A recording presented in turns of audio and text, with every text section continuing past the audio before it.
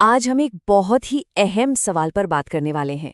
एक ऐसा सवाल जो शायद कई लोगों के मन में आता होगा। क्या घर की जिम्मेदारियों के साथ-साथ अपनी एक अलग पहचान बनाना, क्या ये मुमकिन है? तो जवाब है हाँ, बिल्कुल मुमकिन है। और जानते हैं, इस सफर में सबसे बड़ी ताकत क्या बन सकती है? वो है डिजिटल स्किल्स। चलिए समझते हैं कि ये सब कैसे होगा। ये सवाल अक्सर मन में आता है ना?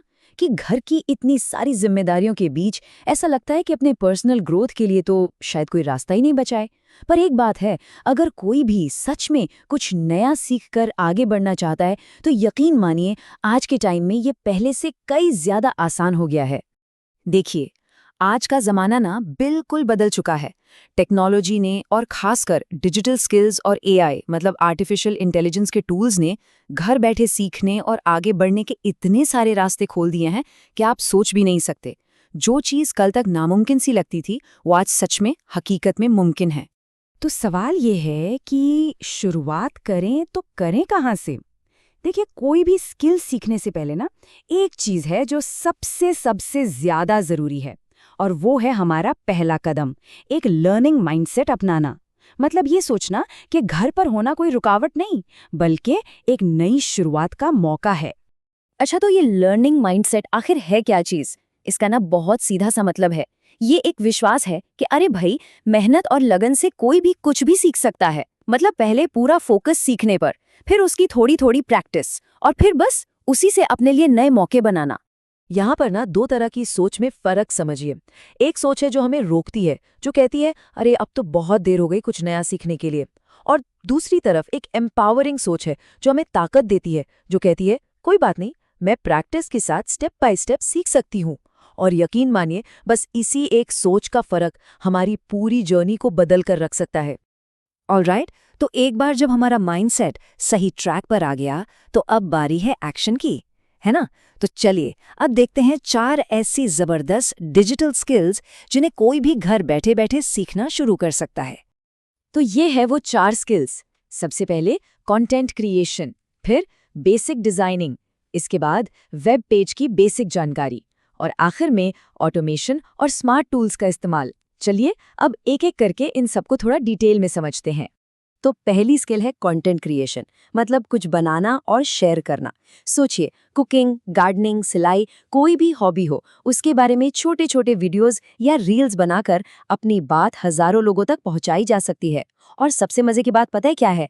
एआई टूल्स की मदद से ना स्क्रिप्ट लिखने से लेकर नए नए आइडियाज सोचने तक सब कुछ अब बच्चों का खेल हो गया है। ओके, दूसरी स्किल है बेसिक डिजाइनिंग। और घबराइए नहीं, इसके लिए कोई आर्टिस्ट होने की ज़रूरत बिल्कुल नहीं है।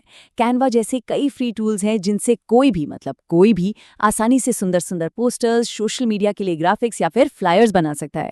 और ये स्किल न सिर्फ अपने पर्सनल प्रोजेक्ट्स के लिए, बल्कि छोटे मोटे क्लाइंट वर्क के लिए भी बहुत काम आ सकती है।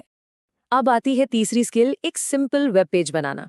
हाँ, मुझे पता है ये सुनने में थोड़ा मुश्किल लग सकता है, पर यकीन मानिए आजकल नो कोड और एआई टूल्स ने इसे बहुत ही ज्यादा आसान बना दिया है।